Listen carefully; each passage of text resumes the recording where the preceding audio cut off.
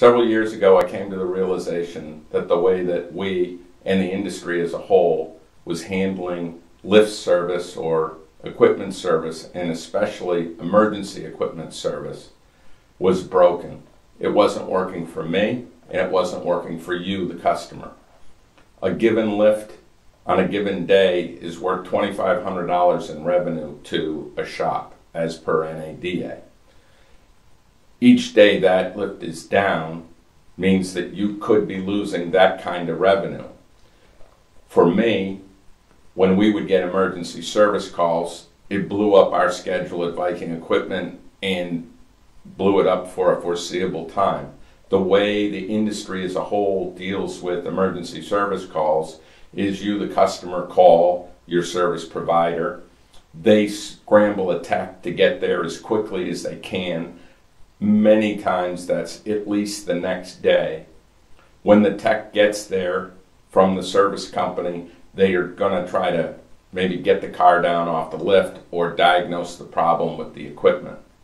When they do so, they then go back to their shop, they put together a proposal, and now they get the proposal to you to approve the repairs.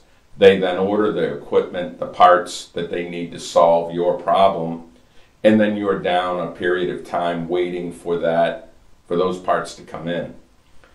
Many times, FedExing those parts, like a cylinder for a lift, is just cost prohibitive, and so you don't. You wait days instead. When the part does come in, now the tech comes back out and finally solves your problem. You could easily, and in many cases are, down for a week to 10 days waiting for a simple part to make a simple fix on a lift. That wasn't working for us. That wasn't working for our customers. We came up with a different plan, and we've instituted it, and our customers are very happy. The way our program starts is it actually starts with lift inspections. The first way to solve this problem is to not have this problem. So what we're going to do is inspect your lifts and try to identify items that could cause you a problem, and we'd like you to solve that by authorizing a repair. That'll be a non-emergency repair, and so you don't have to have it done same day. That can save you money for us because we can maybe put that repair together with other repairs. From a standpoint of what Viking did, we then loaded in parts for all of the equipment that we sell. We loaded in power units, cylinders, cables, switches, pulleys, all of the different parts. So for the lifts that we sell, you can count on us having the parts on the shelf. For the reels and pumps and compressors we sell, we stock the parts and we're going to have them there. If you've got a problem, we're going to have the parts that we need to solve your problem on hand. It's our goal to put a tech in the vehicle with all of the parts that he could possibly need.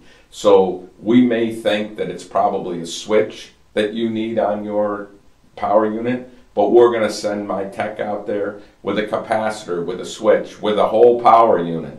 And in a worst case scenario for me, I just gave some parts a ride on a truck and then they come back to us. But for you, that means when we show up, instead of looking at your lift or getting a car down and then getting back to you, instead of that, we're going to leave and leave you back in business making money again immediately. That's our plan. That involved putting thousands of dollars worth of inventory on our shelves, hundreds of different parts, and making sure that we stock our trucks.